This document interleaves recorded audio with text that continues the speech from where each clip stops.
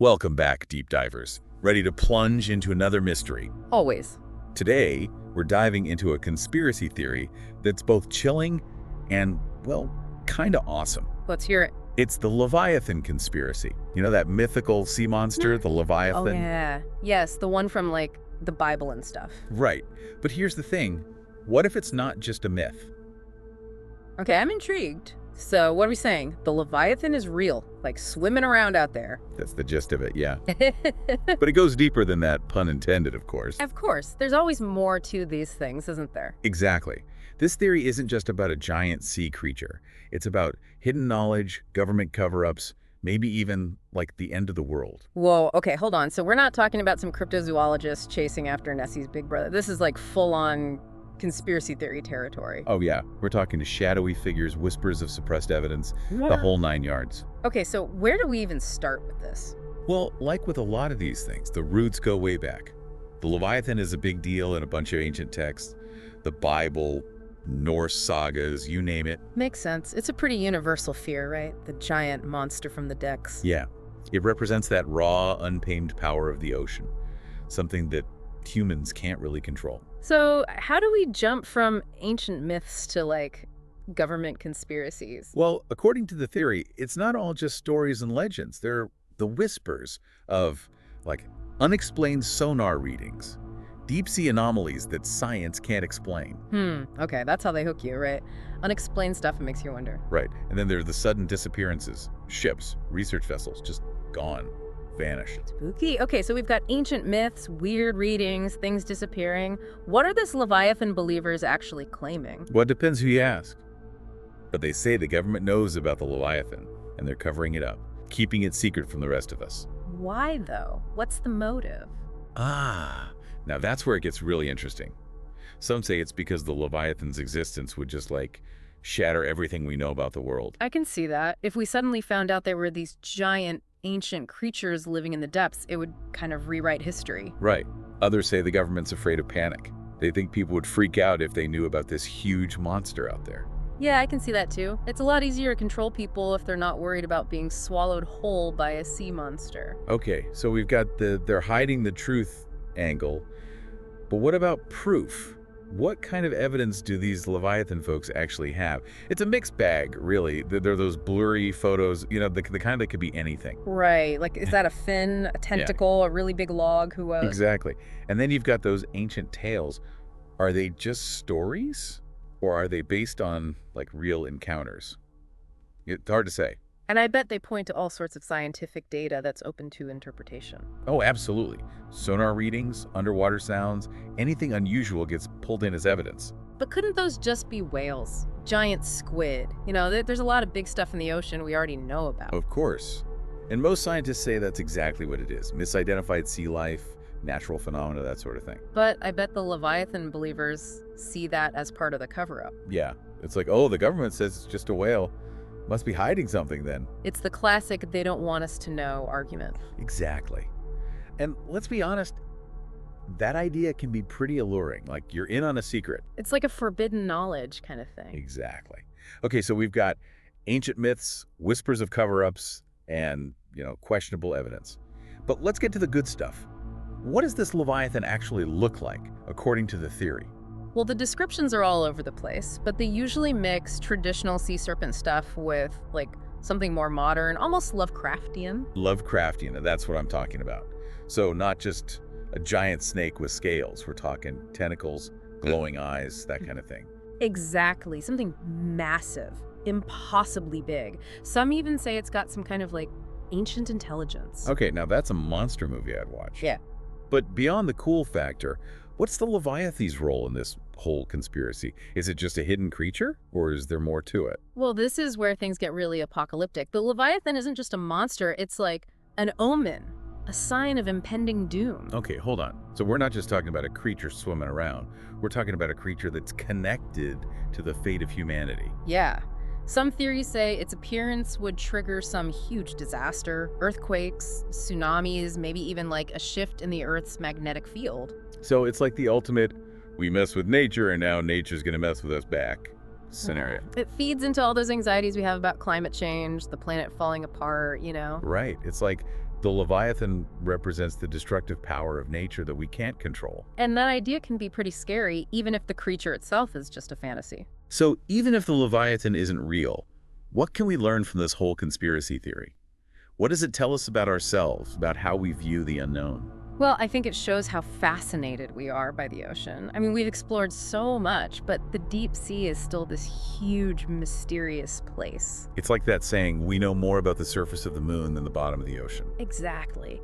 And that vastness, that unknown, it's both exciting and terrifying at the same time. It sparks our curiosity, but it also triggers those primal fears, what's lurking down there in the darkness. Right. It's like the ocean reflects back both our hopes and our fears, our desire to explore and our fear of what we might find. And the Leviathan, this ancient, monstrous creature, it kind of embodies both of those things, the power and the danger of the ocean. So even if we never find actual proof of the Leviathan, the idea itself, the symbolism, it's going to stick with us, make us question what we think we know. It makes you think, that's for sure. It really does. And, one of the things that always gets me about these kinds of theories is how they play on our own vulnerabilities. Like our fears, our suspicion of authority, that need to find meaning in things. Totally. It's like by figuring out these big conspiracies, we can somehow feel more in control, right? Like we've got a handle on things, even if the world feels kind of crazy. Right. If we can just crack the code, expose the lies, then maybe we can get some of that control back. Yeah, it's almost a way of coping, isn't it? When things feel uncertain, we create these stories that give us a simple explanation, a bad guy to blame. The Leviathan conspiracy is perfect for that. You've got this ancient, powerful creature, the ultimate force of nature. Then you've got this secret government agency trying to keep it all hush-hush. And of course, you've got the brave truth seekers, the conspiracy theorists, fighting to expose it all. It's classic good versus evil with the fate of humanity at stake. No wonder people get drawn in. And the imagery is so strong, this huge, monstrous thing hiding in the depths. It really plays on those deep-seated fears. Speaking of imagery, I was looking at some of those so-called leaked photos and documents. What's the deal with those? Are any of them legit? Well, the authenticity is, shall we say, highly debated. A lot of them are blurry, grainy photos. It could be a fin, a tentacle, or just a big old wave. Yeah, that's what I thought. And what about those sonar readings? Couldn't those just be normal sea creatures? Exactly. Whales, giant squid, we know there's plenty of big stuff down there. Most scientists say that's exactly what these sightings are. Just misinterpretations, natural stuff happening. But of course, the Leviathan believers see that as part of the cover-up. Right. It's like, oh, they say it's just a whale. Clearly they're hiding something. It all comes back to that distrust, doesn't it? Yeah. It's that belief that they don't want us to know, that they're keeping the truth from us. It's like a game with shifting rules. Anything that could be explained away just becomes more evidence of the conspiracy. And that's the thing with so many conspiracy theories, they're self-sealing. Any evidence against it just gets absorbed as part of the cover-up. So it becomes this unshakable belief system. Nothing can disprove it because it's all part of the plan. It makes it hard to have a real conversation about it, You're not dealing with facts, you're dealing with deeply held beliefs. Which brings us back to why these theories are so sticky, so appealing. It's not just about the monster, is it? It's about what it represents. Right. It's about those anxieties we have, those fears of the unknown, the things we can't control. The Leviathan, in a way, becomes a symbol of that. The vast, mysterious ocean, all those forces beyond our understanding. As like a warning, right? Be careful, you can't control everything. Nature's going to do what nature does. And in a world where we're facing these huge, complex problems like climate change, pandemics, it's a message that really hits home. It reminds us that we're not as in charge as we think we are. So even if the Leviathan is just a myth, the fear it evokes, the fascination, it all tells us something about being human. About how we relate to the natural world, our fear of the unknown, that need to make sense of things, even when they don't make sense. Thinking about this, it strikes me that there are a lot of parallels with other conspiracy theories out there. Oh yeah, for sure. You see those same thought patterns, those same psychological triggers in all kinds of theories. UFOs, secret societies, government surveillance, it's all connected. It's like there's this underlying feeling that we're not being told the whole story, that something else is going on behind the scenes. And that feeling is often driven by powerlessness, like our voices don't matter, that we're at the mercy of these larger forces. So conspiracy theories, in a way, give people back some of that power. If we can uncover the truth, then we can fight back against those who are controlling us. It's a very powerful narrative, especially in a world where information is everywhere, but finding the actual truth can feel impossible. And that's where the internet comes in, right? It's become this breeding ground for these theories. It's like an echo chamber where ideas just bounce around and get amplified. Social media is especially good at that. It creates these filter bubbles where people only see information that confirms what they already believe. So it's a vicious cycle. People seek out information that validates their worldview, and they're less likely to see anything that challenges their views. And that makes it so hard to have real conversations with people who think differently. We're all starting from such different places. It's like we're living in separate realities, where each side has its own version of the truth. And that's a problem, right? It undermines trust in institutions, in experts, even in each other. It's like we're losing that ability to connect, to understand each other, to agree on what's real. Which is why critical thinking is so important. We need to be aware of our own biases, be willing to consider other perspectives. We have to learn how to tell the difference between real evidence and speculation, between healthy skepticism and just plain paranoia.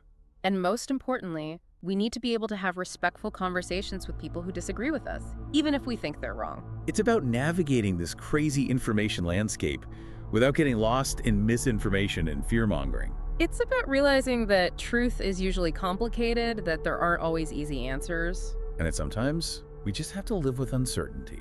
Which brings us back to the Leviathan, this creature that represents both our fascination with the unknown and our fear of what we can't control. It reminds us that the world is still full of mysteries, things we may never fully understand. And that's okay. It's about accepting that we don't have all the answers, and that maybe the best we could do is keep asking questions, keep exploring, and keep an open mind. So here we are, end of the line. What have we learned from our little Leviathan adventure? Well, we've gone from ancient stories to government conspiracies to the whole psychology of belief, haven't we? Yeah, it's been quite a ride.